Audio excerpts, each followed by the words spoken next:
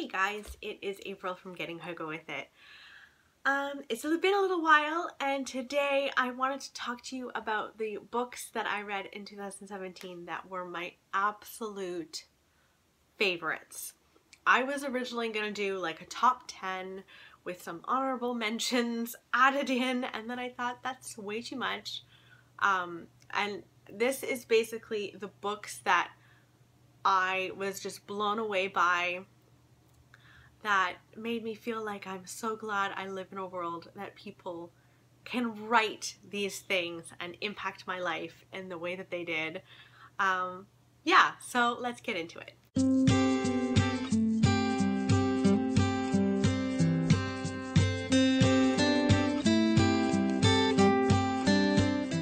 I should also mention this is not really from like least favorite to most favorite. The last one I'm going to talk about is my most favorite of the year, but this isn't a countdown. This is just the books that I read that I was really impressed by. The first one is And Then There Were None by Agatha Christie. I freaking loved this book. I was just taken on this wild ride. I had no idea who the murderer was at all, and it was so much fun. I think I read this in the span of 2 days, really over the span of one, and this is I think one of Agatha Christie's most well-known books, and we follow 10 people who are invited to this little island, this beautiful mansion, and they all seem to know the host of this home somehow, one way or another. They're all invited, and one by one they're being killed off, and you're trying to find out who is actually killing these people off, and they're trying to find out who's killing each other off. So everyone's a suspect, and you know, you really can't trust anyone but yourself. And I just had no idea who the killer was going to be. I was trying to figure it out the whole way. And I find a lot in thrillers you can kind of guess at some point, and you often have a way of knowing. There's some sort of tiny little clue that gives it away. And I know that some people have read this and have figured out who the actual killer was. I had no idea. I'm so glad that I didn't. I had only read Murder on the Orient Express by Agatha Christie before this. I really liked that this didn't have a detective involved. I like it when you're kind of going in and you're trying to solve it yourself, and there isn't that added third person trying to get to the bottom of it. So I loved that one. I was also so impressed by Unbroken. This is a true story about a young man who joins the Olympics and is a runner in the Olympics, and then goes on to fight in World War II. His plane goes down and he is captured and put into a Japanese POW camp. And just the sheer amount of things that happened to this man, I could not believe that this was nonfiction. Like, it absolutely is nonfiction, but the whole time I don't know how one person could go through this amount and A, stay alive, and B, keep his spirit in any way. I just think that he is such a remarkable person, and I really recommend that book. If you aren't a huge nonfiction fan, read Unbroken, because it will change your mind. It will change your mind indeed. This read like a novel because so much happened. Like, I don't even know how this man survived what he did, but brilliant writing, and what a life. I also absolutely adored I'm Thinking of Ending Things. This is the kind of thriller that sits with you, and it's the kind of thriller that you could read again and again and again and still get something out of it. This feels creepy under your skin. You feel like something strange is happening. You can't fully understand what is happening. It's just it just plays with your mind. And this is about a girl who is on a road trip with her boyfriend. She is going to his house to meet his parents for the first time, and she should be super excited, but instead she's kind of thinking of ending things. She thinks that this guy is not quite for her.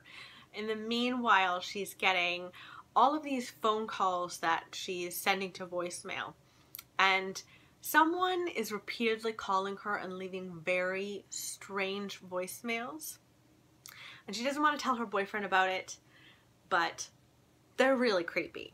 She's kind of being stalked. And there are scenes in here that I will never get out of my mind. Like, I'm thinking of one scene in particular right now, and I'm so glad that I'm filming this in the day because of that scene. Anyway, I'm not going to give you anything. I'm not giving anything away, but I'm thinking of ending things is the strangest, most wonderful adventure ride that I've been on with a thriller. So go and read it. I also adored Homegoing. I think Homegoing, of all of these books, might be the most important book that I read in 2017. This is about two sisters in Africa. One of them marries a slave trader, and one of them is sold into slavery and is sent to America. And we follow the generations in their family and these two lines. And in every chapter you meet a new family member. And it goes way back into slavery and the beginnings of slavery and the start of Africans being sent to America to be slaves, and it brings you all the way to present day. So I feel like, for me, this gave me an understanding, a better understanding of how slavery and the horror of slavery, how that trickles through history. And there's so many very stupid people who think that, you know, slavery doesn't exist anymore, and so why aren't we moving on from that? And those people, I mean, obviously we all just want to wring their necks. For those people, I would love to give them this book and say, just read this and maybe you'll have some tiny little hint of understanding of the importance of speaking about it and the importance of not brushing it aside. But I honestly don't think those people would want to pick this up. I don't think these people would understand it, which is so annoying because those are the people that need to read this most. However, I read it and I loved it. I think it really is the most important book I read in 2017. If you haven't read Homegoing yet, I really urge you to. It's sometimes difficult to read, but it's so well written. This is Ya Jassi's first novel, which also blows my mind because of how brilliant this was. I don't know how she did it. I'm so eager to read her second novel, whatever she's working on now. I'm so eager to read it. I also really enjoyed The Boston Girl. The Boston Girl felt like a giant hug. This is a growing up story where we follow a grandmother who's telling her granddaughter about the story of her life, and we follow her when she lived in Boston. She is a young Jewish girl growing up in Boston. We follow her growing up story, and there's a lot of tragedy that befalls her in her life. And yet she's able to persevere, and she's able to lift her head up and be positive. And it's such a motivational story for me. I really admired her. And so yeah, you follow her as a child, you follow her into her teen years, all of her wonderful friendships, and you follow her as she falls in love. And it just felt like a giant hug, and it felt like no matter what you go through in life, you can get through it and be happy as well. Loved it. I also adored The Kitchen House. The Kitchen House honestly will bring you to tears. It's a difficult story to read, but it is so well written. This is historical fiction about two girls. One of them is moving from Ireland to America, and her family dies on that journey. And so a slave owner buys her, and she grows up with slaves, and she doesn't understand how and why she's being treated differently as a white girl, as opposed to the slaves that she considers her brothers and sisters and mothers and fathers.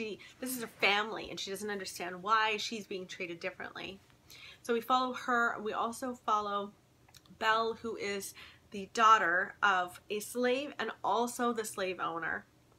And we follow her story. And of course, these stories are totally interwoven.